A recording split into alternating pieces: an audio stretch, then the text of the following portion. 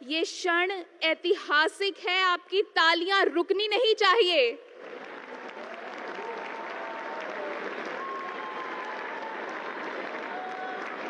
यह पेंटिंग हमारे युवा द्वारा इसी कार्यक्रम में, इसी ऐतिहासिक भारत मंडपम में बनाई गई है। हम माननीय प्रधानमंत्री जी को एक स्ट्रिंजा आर्ट पेंटिंग से भी भेंट करना चाहते हैं, जो कि बनाई गई है माय भारत वॉलंटियर के द्वारा। तालियों की गड़गड़ाहट से स्वागत करें। आपकी तालियां सभागार से पूरे भारत वर्ष तक गूंजनी चाहिए।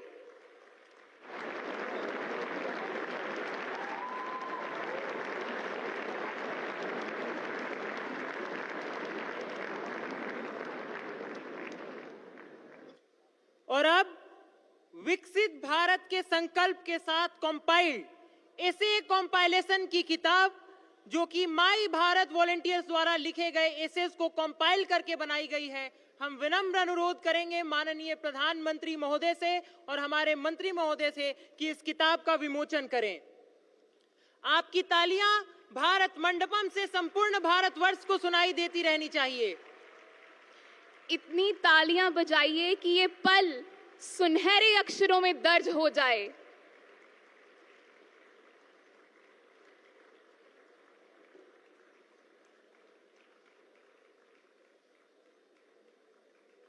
कहते हैं पसीनों की स्याही से जो लिखते हैं अपने इरादों को, उनके मुकद्दर के सफेद पन्ने कभी कोरे नहीं रहते।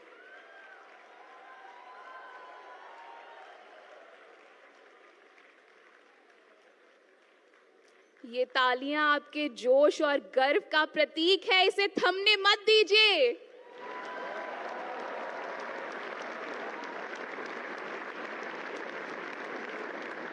कहते हैं यह पूरा ब्रह्मांड एक बिग बैंग से शुरू हुआ था।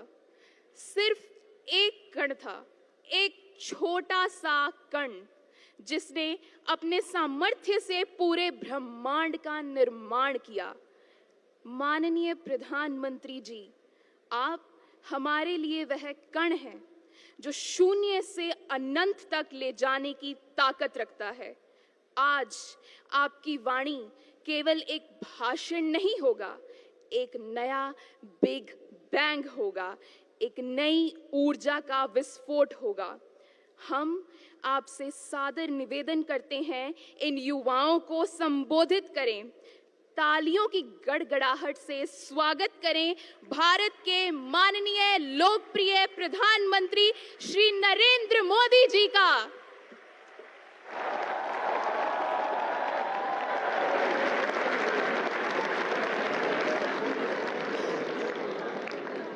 भारत माता की, भारत माता की, भारत माता की। केंद्रीय मंत्रिमंडल के मेरे सहयोगी श्री मनसुख मांडविया जी, धर्मेंद्र प्रधान जी, जयंत चौधरी जी, रक्षा खड़से जी, संसद के सदस्यगण, अन्य महानुभाव और देश के कोने कोने से यहां उपस्थित मेरे नौजवान साथियों,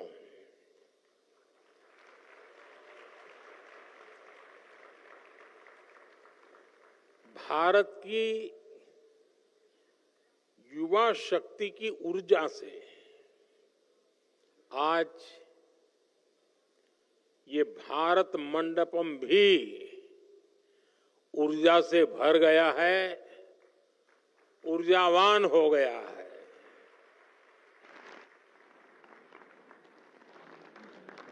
आज पूरा देश स्वामी विवेकानंद जी को याद कर रहा है, स्वामी जी को प्रणाम कर रहा है। स्वामी विवेकानंद को देश के नौजवानों पर बहुत भरोसा था। स्वामी जी कहते थे, मेरा विश्वास युवा पीढ़ी में है, नई पीढ़ी में है।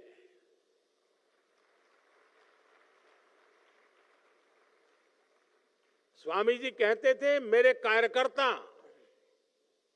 नौजवान पीढ़ी से आएंगे,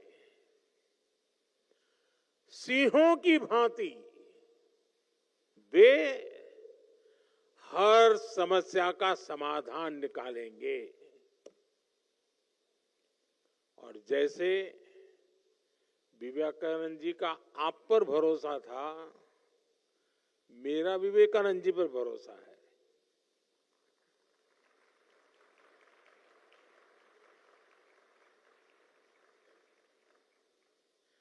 मुझे उनकी कही हर बात पे भरोसा है।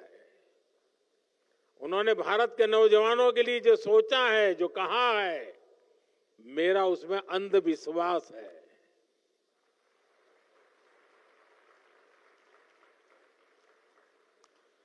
वाकई आज अगर स्वामी विवेकानंद जी सशरीर हमारे बीच होते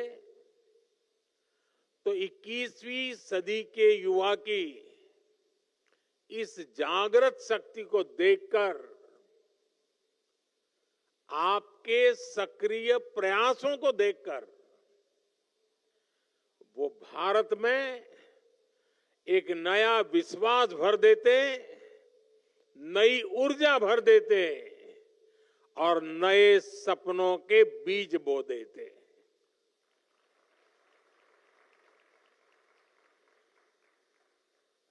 साथियों, आप लोग ये भारत मंडपम में है,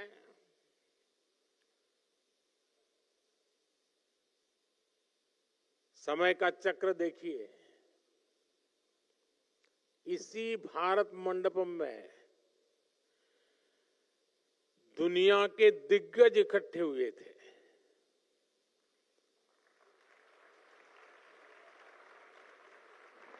और वे दुनिया का भविष्य क्या हो उस पर चर्चा कर रहे थे। ये मेरा सौभाग्य है, उसी भारत मंडपम में मेरे देश के नौजवान भारत के अगले 25 साल कैसे होंगे, इसका रोड मैप बना रहे हैं।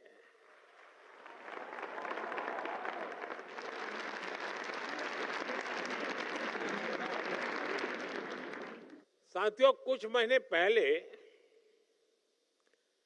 मैं अपने निवास पर कुछ युवा खिलाड़ियों से मिला था और मैं उनसे गप्पे सप्पे कर रहा था, बातें कर रहा था। तो एक खिलाड़ी ने खड़े होकर के कहा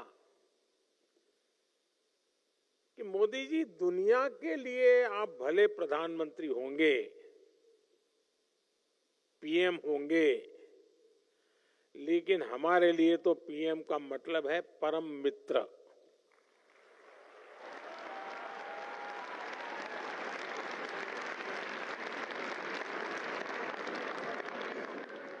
साथियों, मेरे लिए मेरे देश के नौजवानों के साथ मित्रता का वो ही नाता है, वो ही रिश्ता है।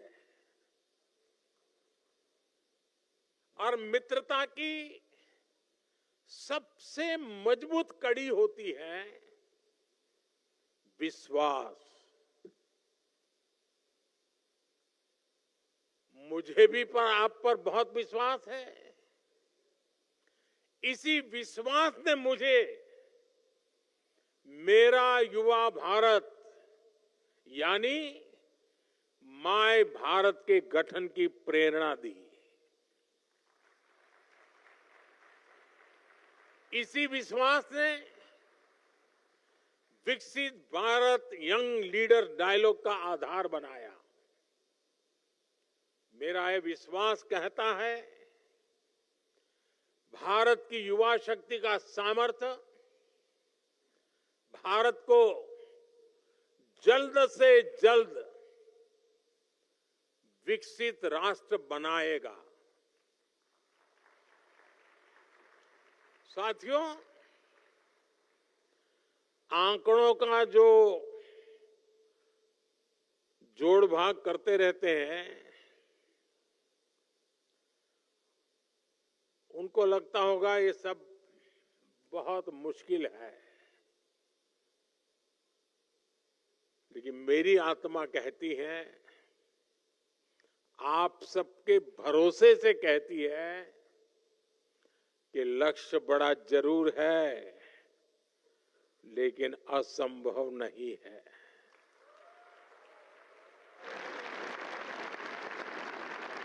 जब करोड़ों युवाओं की भुजाएं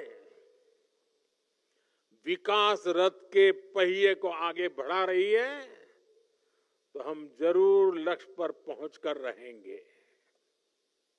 साथियों, कहते हैं इतिहास हमें भी सीख देता है, हमें प्रेरणा भी देता है। दुनिया में ऐसे अनेक उदाहरण हैं जब किसी देश ने, किसी समुदाय ने, समूह ने बड़े सपने, बड़े संकल्पों के साथ एक दिशा में चलना शुरू किया, मिलजुल करके चलना शुरू किया और कभी भी लक्ष्य को भूले बिना चलते रहना तय किया। और इतिहास गवाह है कि वो सपनों को सिद्ध कर करके ही रहे, उन्होंने हासिल करके दिखाया।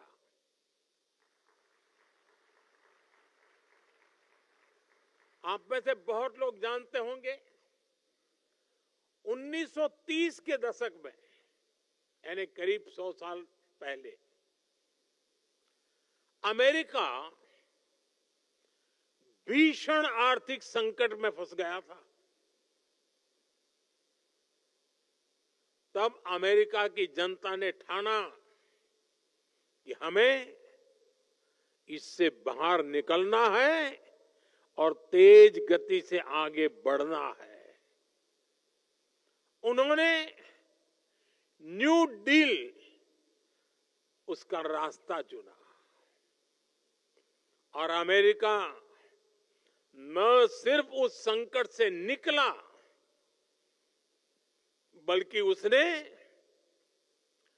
विकास की रफ्तार को कई गुना तेज करके दिखाया। ज्यादा समय नहीं, 100 साल। एक समय था जब सिंगापुर बेहाल था, एक मछुआरों का छोटा सा गांव हुआ करता था। वहां जीवन की मूल सुविधाओं तक का संकट था। सिंगापुर को सही नेतृत्व मिला और जनता के साथ मिलकर के सबने तय किया कि हम अपने देश को विकसित राष्ट्र बनाएंगे। वो नियमों से चले, अनुशासन से चले, सामूहिकता के भाव से चले और कुछ ही सालों में सिंगापुर एक ग्लोबल फाइनेंशियल और ट्रेड हब बनकर छा गया। दुनिया में ऐसे बहुत सारी देश हैं, घटनाएं हैं, समाज है, समूह है। हमारे देश में भी अनेक ऐसे उदाहरण रहे हैं। भारत के लोगों ने आजादी का संकल्प लिया। अंग्रेज सल्तनत की ताकत क्या नहीं थी, उनके पास क्या नहीं था, लेकिन देश उठ खड़ा हुआ, आजादी के सपने को जीने लगा, आजादी प्राप्त करने के लिए जूझने लगा जीवन आहूत करने के लिए निकल पड़ा और भारत के लोगों ने आजादी हासिल करके दिखाई।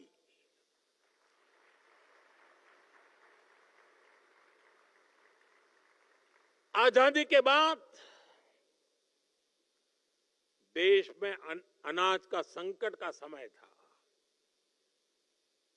देश के किसानों ने संकल्प लिया और भारत को खाद्यान्न के संकट से मुक्त करके दिखाया। जब आपका जन्म भी नहीं हुआ होगा तब PL 480 उस नाम से गेहूं आया करते थे और गेहूं पहुंचाना यही बड़ा काम हुआ करता था। हम उस संकट से निकल गए। बड़े सपने देखना, बड़े संकल्प लेना और उन्हें तय समय में पूरा करना असंभव नहीं है। किसी भी देश को आगे बढ़ने के लिए बड़े लक्ष्य तय करने ही होते हैं।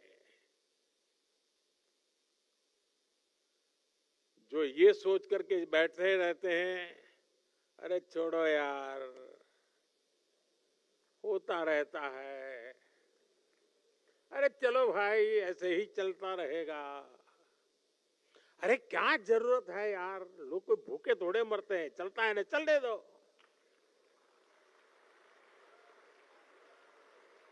अरे कुछ बदलने की क्या जरूरत है, काहे को सर खपाते हो यार।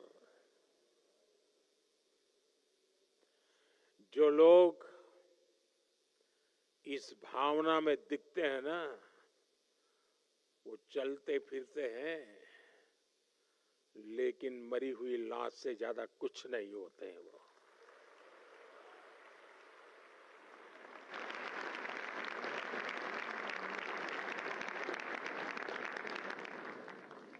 बिना लक्ष्य के जीवन नहीं हो सकता है। कभी कभी तो मुझे लगता है अगर जीवन की कोई जड़ी बूटी होती है तो लक्ष्य होता है, जो जीवन जीने की ताकत भी देता है।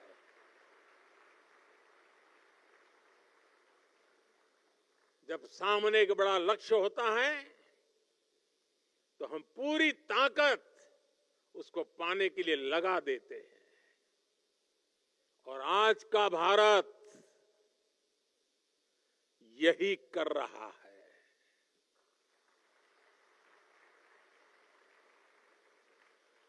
साथियों, बीते 10 वर्षों में भी हमने संकल्प से सिद्धि के कितने ही उदाहरण देखे हैं। हम भारतीयों ने तय किया कि हमें खुले में शौच से मुक्त होना है।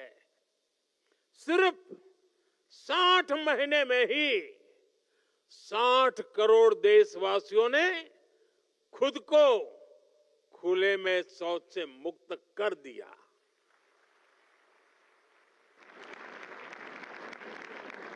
भारत ने हर परिवार को बैंक अकाउंट से जोड़ने का लक्ष्य रखा। आज भारत का करीब करीब हर परिवार बैंकिंग सेवा से जुड़ चुका है। भारत ने गरीब महिलाओं की रसोई को धुएं से मुक्त करने का संकल्प लिया। हमने 10 करोड़ से अधिक गैस कनेक्शन देकर इस संकल्प को भी सिद्ध किया। आज कितने ही सेक्टर्स में भारत अपने लक्ष्यों को तय समय से भी पहले हासिल करके दिखा रहा है। आपको कोरोना का समय याद होगा। दुनिया वैक्सीन के लिए परेशान थी। कहा जा रहा था कि कोरोना की वैक्सीन बनाने में बरसों लग जाएंगे, लेकिन भारत के वैज्ञानिकों ने समय से पहले वैक्सीन बनाकर दिखा दी। कुछ लोग कहते थे भारत में सबको कोरोना वैक्सीन लगने में पता नहीं 3 साल, 4 साल, 5 साल लग जाएंगे, लेकिन हमने दुनिया का सबसे बड़ा वैक्सीनेशन अभियान चलाया और रिकॉर्ड समय में सबको वैक्सीन लगाकर दिखा दिया। आज दुनिया भी भारत की ये गति देख रहा है। हमने ग्रीन एनर्जी को लेकर G20 में एक बड़ा कमिटमेंट किया था। भारत दुनिया का पहला ऐसा देश बना जिसने पेरिस कमिटमेंट को पूरा किया, और वो भी तय समय से कितने साल पहले? 9 साल पहले।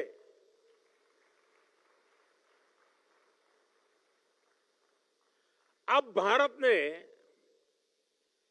2030 तक पेट्रोल में 20% इथेनॉल ब्लेंडिंग का टारगेट रखा है। इस टारगेट को भी हम 2030 के पहले, शायद आने वाले बहुत कम समय में, उसको हासिल करने वाले हैं। भारत की ऐसी हर सफलता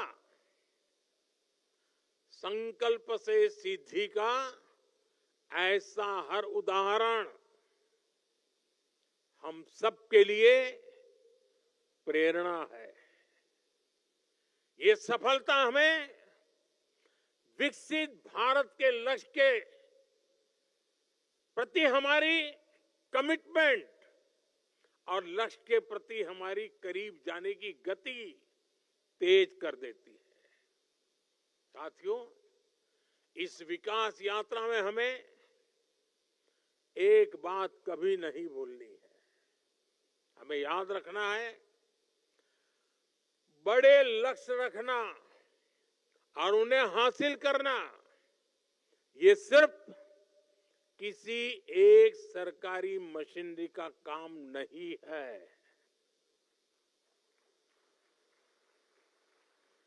बड़े लक्ष्य की प्राप्ति के लिए राष्ट्र के हर नागरिक का जुटना बहुत जरूरी है, और इसके लिए हमें मंथन करना होता है, दिशा तय करनी होती है। और जैसा आज सुबह जब मैं आपके प्रेजेंटेशन देख रहा था, तो बीच बीच में जब बातें करते हुए मैंने एक बार बताया था कि जितने लाखों लोग इस पूरी प्रक्रिया में जुड़े हैं, मतलब विकसित भारत की ओनरशिप ये मोदी की नहीं, आपकी भी बन गई है।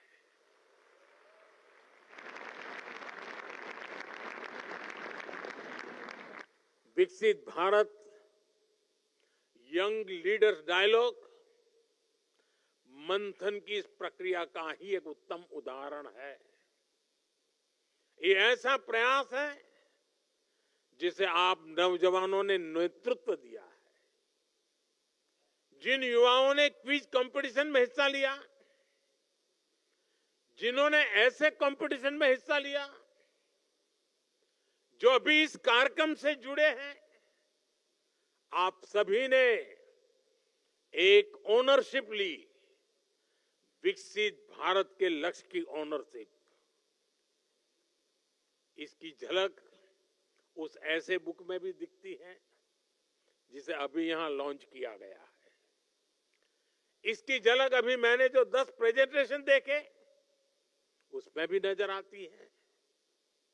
ये प्रेजेंटेशन वाकई अद्भुत है।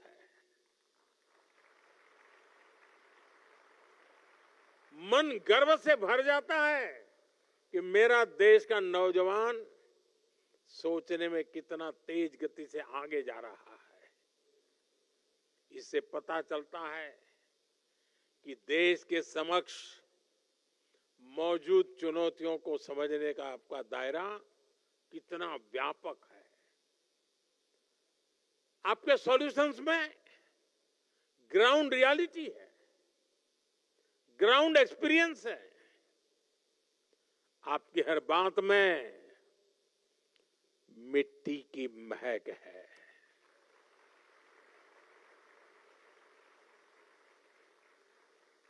भारत के युवा एसी के बंद कमरों में बैठकर नहीं सोच रहे। भारत के युवा की सोच का विस्तार आसमान से भी ऊंचा है।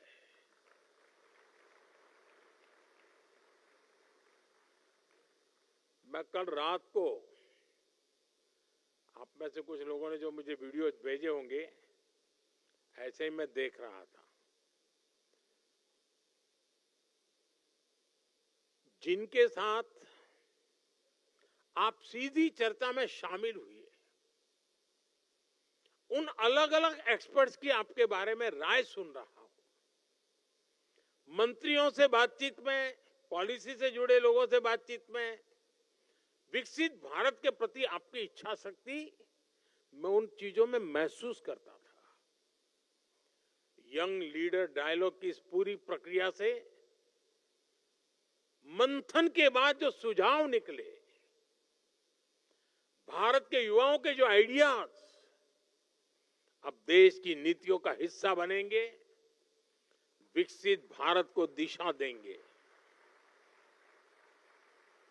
मैं देश के युवाओं को इसके लिए बहुत बहुत बधाई देता हूं। साथियों, मैंने लाल किले से 1 लाख नए युवाओं को राजनीति में लाने की बात कही है। अपने सुझावों को लागू करने के लिए राजनीति भी बहुत शानदार माध्यम हो सकती है। मुझे विश्वास है आप में से ही अनेकों नौजवान राजनीति में भागीदारी के लिए भी आगे आएंगे। साथियों, आज आपसे बात करते हुए मैं विकसित भारत की एक भव्य तस्वीर भी देख रहा हूं। विकसित भारत में हम क्या देखना चाहते हैं, कैसा भारत देखना चाहते हैं। विकसित भारत यानी जो आर्थिक, सामरिक, सामाजिक और सांस्कृतिक रूप से सशक्त होगा, जहां इकोनॉमी भी बुलंद होगी और इकोलॉजी भी समृद्ध होगी, जहां अच्छी पढ़ाई, अच्छी कमाई के ज्यादा से ज्यादा अवसर होंगे, जहां दुनिया की सबसे बड़ी युवा स्किल्ड मैन पावर होगी, जहां युवाओं के पास अपने सपने पूरा करने के लिए खुला आसमान होगा। लेकिन साथियों, क्या हम सिर्फ बोलने से ही विकसित हो जाएंगे? क्या लगता है? वरना शुरू कर देंगे घर जाके माला, विकसित भारत, विकसित भारत, विकसित भारत है। जब हमारे हर फैसले की कसौटी एक ही होगी, हर फैसले की कसौटी क्या?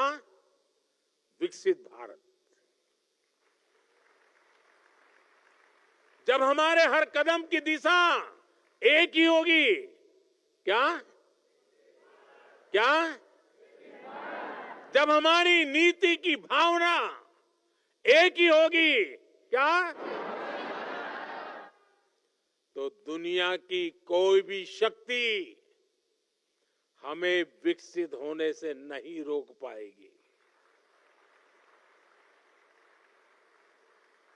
हर देश के इतिहास में एक समय आता है जब वो क्वांटम जंप ले सकता है। भारत के लिए ये मौका अभी है।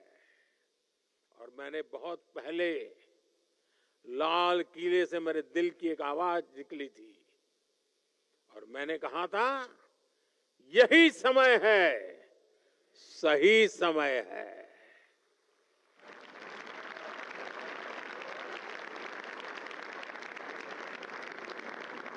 आज दुनिया के अनेक बड़े देशों में सीनियर सिटीजन्स की संख्या तेजी से बढ़ रही है और आने वाले अनेक दशकों तक भारत दुनिया का सबसे युवा देश रहने वाला है। बड़ी बड़ी एजेंसियां कह रही हैं कि भारत की जीडीपी में बड़ी बढ़ोतरी युवा शक्ति ही सुनिश्चित करेगा। इसी युवा शक्ति पर देश के महान मनीषियों ने इतना अगाध विश्वास किया है। महर्षि अरबिंदो ने कहा था, भविष्य का सामर्थ्य आज के नौजवानों के हाथों में है। गुरुदेव टैगोर ने कहा था, युवा शक्ति जरूर सपने देखे और उन्हें पूरा करने के लिए जीवन खपा दे। होमी जहांगीर भाभा कहते थे, युवाओं को नए नए प्रयोग करने चाहिए क्योंकि युवा हाथों से ही इनोवेशन होता है। आज आप देखिए, दुनिया की कितनी ही बड़ी कंपनियां उसको भारत के युवा ही चला रहे हैं।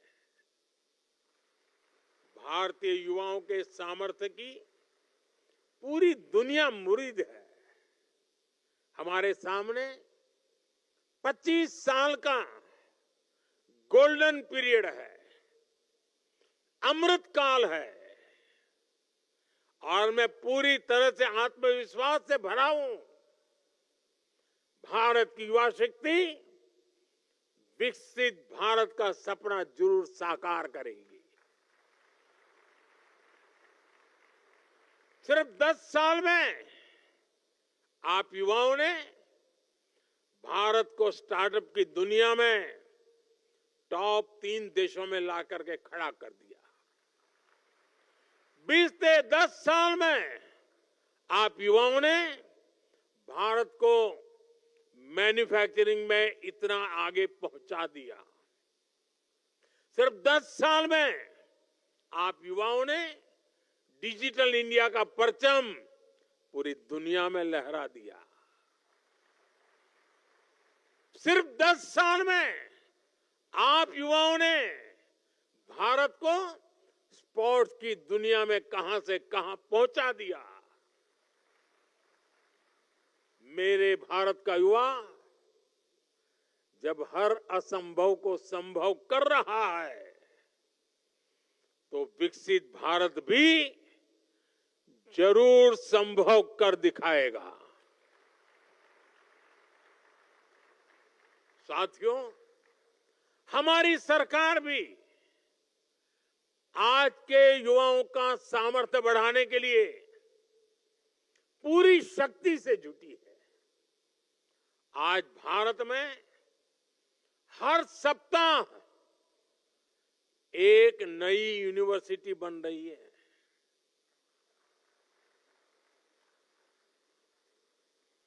आज भारत में हर दिन एक नई आईटीआई की स्थापना हो रही है। आज भारत में हर तीसरे दिन एक अटल टिंकरिंग लैब खोली जा रही है। आज भारत में हर दिन 2 नए कॉलेज बन रहे हैं। आज देश में 23 IITs हैं। सिर्फ एक दशक में ट्रिपल आईटी की संख्या 9 से बढ़कर के 25 हो चुकी है। IIMs की संख्या 13 से बढ़कर 21 हो चुकी है। 10 साल में एम्स की संख्या में 3 गुना वृद्धि हुई है। 10 साल में मेडिकल कॉलेजों की संख्या भी करीब करीब 2 गुनी हो गई है। आज हमारे स्कूल हो, कॉलेज हो, यूनिवर्सिटीज हो, क्वांटिटी हो या फिर क्वालिटी, हर स्तर पर शानदार परिणाम दिख रहा है। साल 2014 तक भारत के केवल 9 higher education institution QS ranking में आते थे। आज ये संख्या 46 है। भारत की शिक्षा संस्थानों का बढ़ता हुआ ये सामर्थ्य विकसित भारत का बहुत बड़ा आधार है।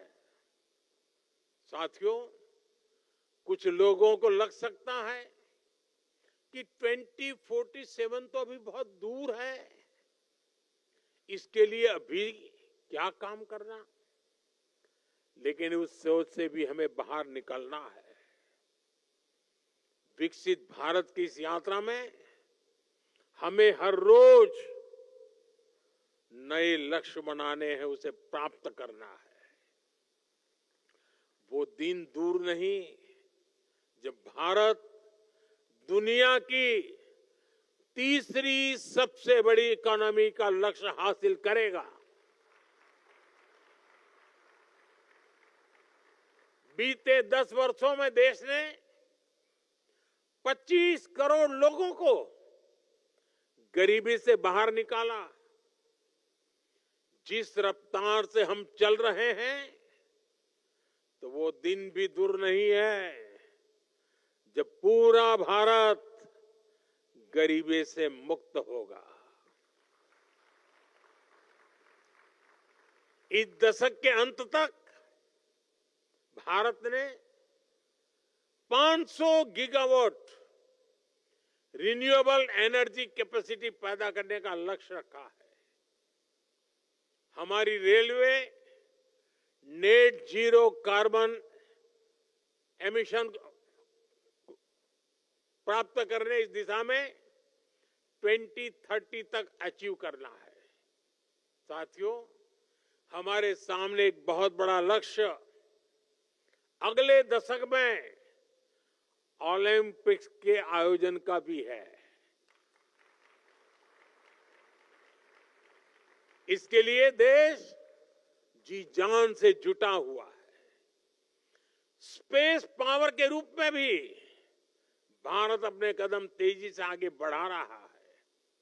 हमें 2035 तक स्पेस में अपना स्टेशन स्थापित करना है।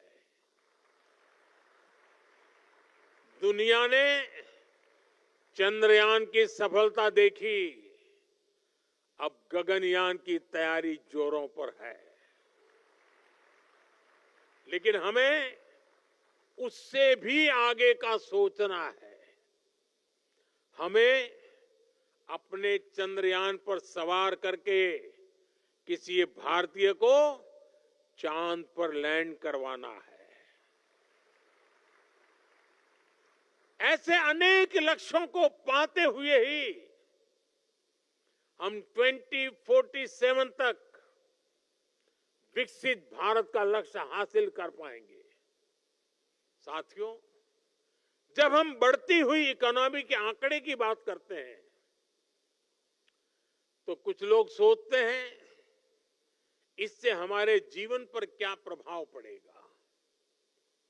सच्चाई ये है कि जब इकोनॉमी बढ़ती है तो जीवन के हर स्तर पर उसका सकारात्मक प्रभाव पड़ता है। इस सदी के पहले दशक में भारत $1 ट्रिलियन की इकोनॉमी बना। मैं 21st सेंचुरी का फर्स्ट 10 ईयर की बात कर रहा हूं। तब इकोनॉमी की साइज छोटी थी, इसलिए तब भारत का खेती का बजट कुछ 1000 करोड़ रुपए था। भारत का इंफ्रास्ट्रक्चर बजट 1 लाख करोड़ रुपए से भी कम था। और उस समय देश की क्या स्थिति थी? उस समय ज्यादातर गांव सड़कों से वंचित थे, बिजली से वंचित थे, नेशनल हाईवे और रेलवे की स्थिति बहुत खराब थी। बिजली, पानी जैसी बुनियादी सुविधाओं से भारत का बहुत बड़ा हिस्सा वंचित था। साथियों, इसके कुछ समय बाद भारत $2 ट्रिलियन की इकोनॉमी बना। तब भारत का इंफ्रास्ट्रक्चर बजट 2 लाख करोड़ रुपए से भी कम था। लेकिन रोड, रेल, एयरपोर्ट, नहरें, गरीबों के घर, स्कूल, अस्पताल, ये सब पहले के मुकाबले कुछ ज्यादा होने लगे।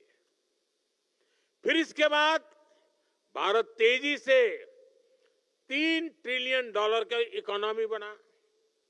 नतीजा ये हुआ कि एयरपोर्ट की संख्या 2 गुनी हो गई। देश में वंदे भारत जैसे आधुनिक ट्रेनें चलने लगी।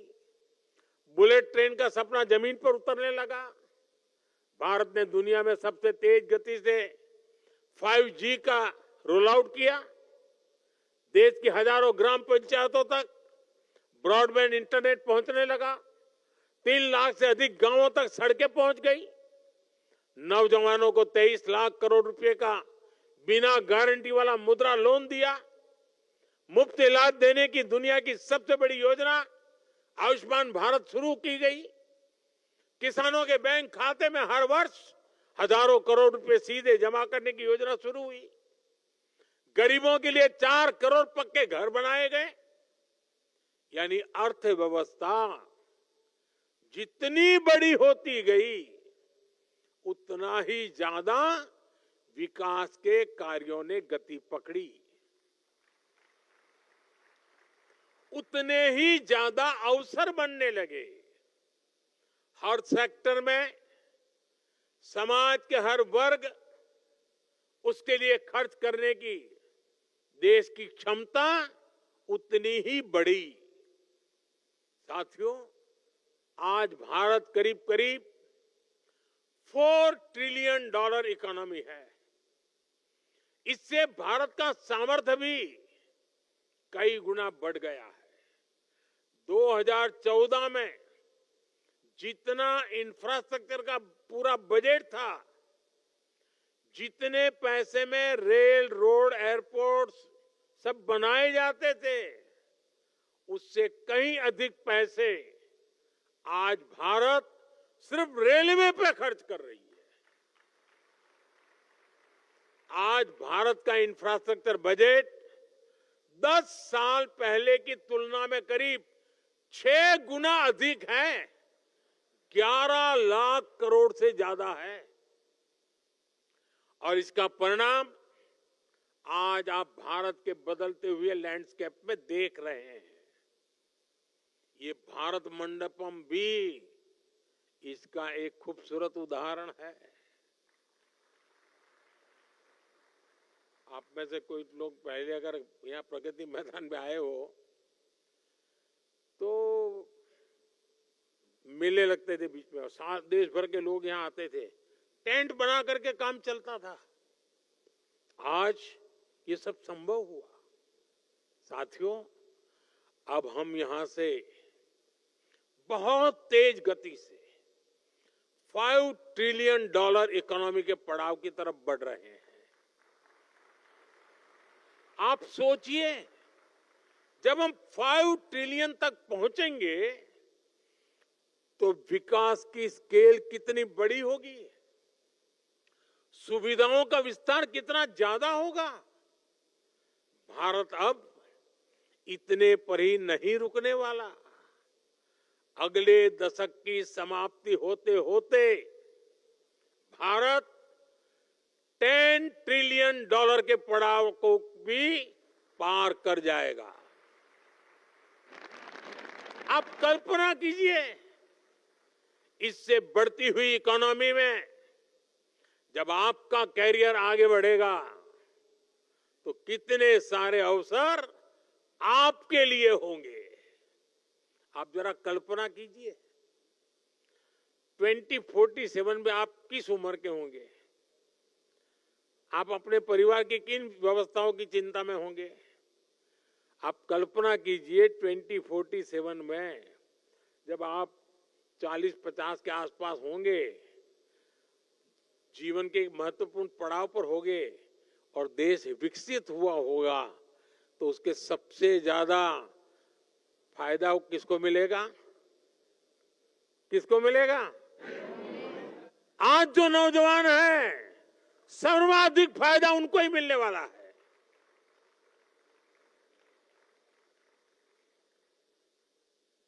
और इसलिए मैं आज आपको पूरे विश्वास से कह रहा हूं, आपकी पीढ़ी न सिर्फ देश के इतिहास का सबसे बड़ा परिवर्तन करेगी, बल्कि उस परिवर्तन की सबसे बड़ी लाभार्थी भी होगी।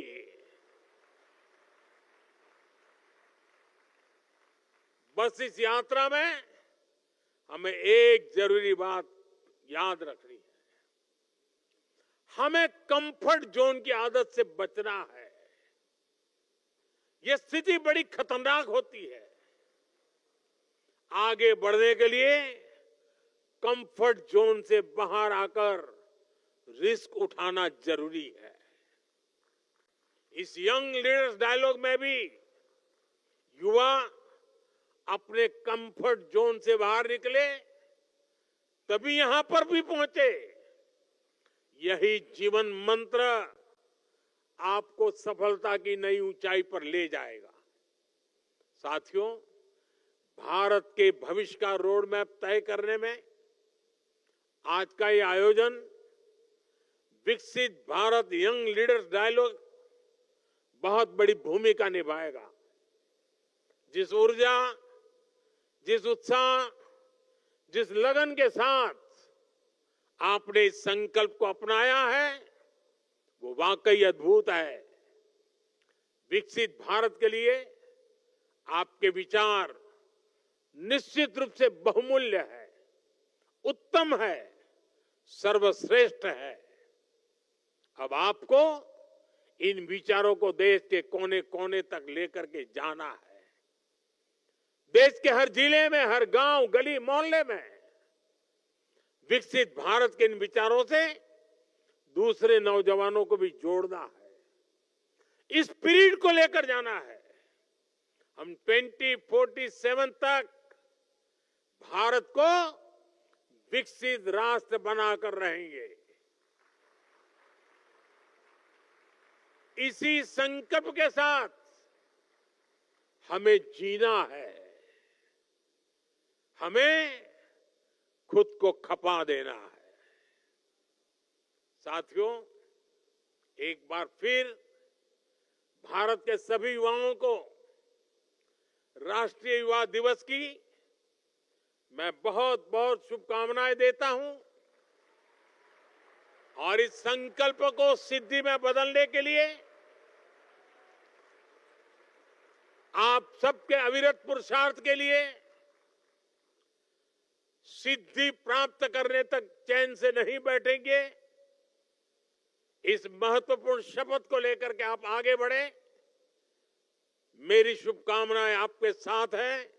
मेरे साथ बोले, भारत माता की, भारत माता की, भारत माता की, वंदे वंदे वंदे वंदे वंदे वंदे वंदे वंदे वंदे वंदे वंदे वंदे। बहुत बहुत धन्यवाद। माननीय प्रधानमंत्री जी, दिल की गहराइयों से आपका धन्यवाद करना चाहूंगी। आपके प्रेरणादायक विचारों ने हमें आगे बढ़ने की ऊर्जा दी है। आदरणीय प्रधान अभिभावक महोदय, आज वाकई आपने हमें विकसित भारत के अपने विजन और मिशन को संकल्प से सिद्धि में बदलने की प्रेरणा दी है। संपूर्ण युवा भारत की ओर से हम आपका कोटि कोटि आभार व्यक्त करते हैं।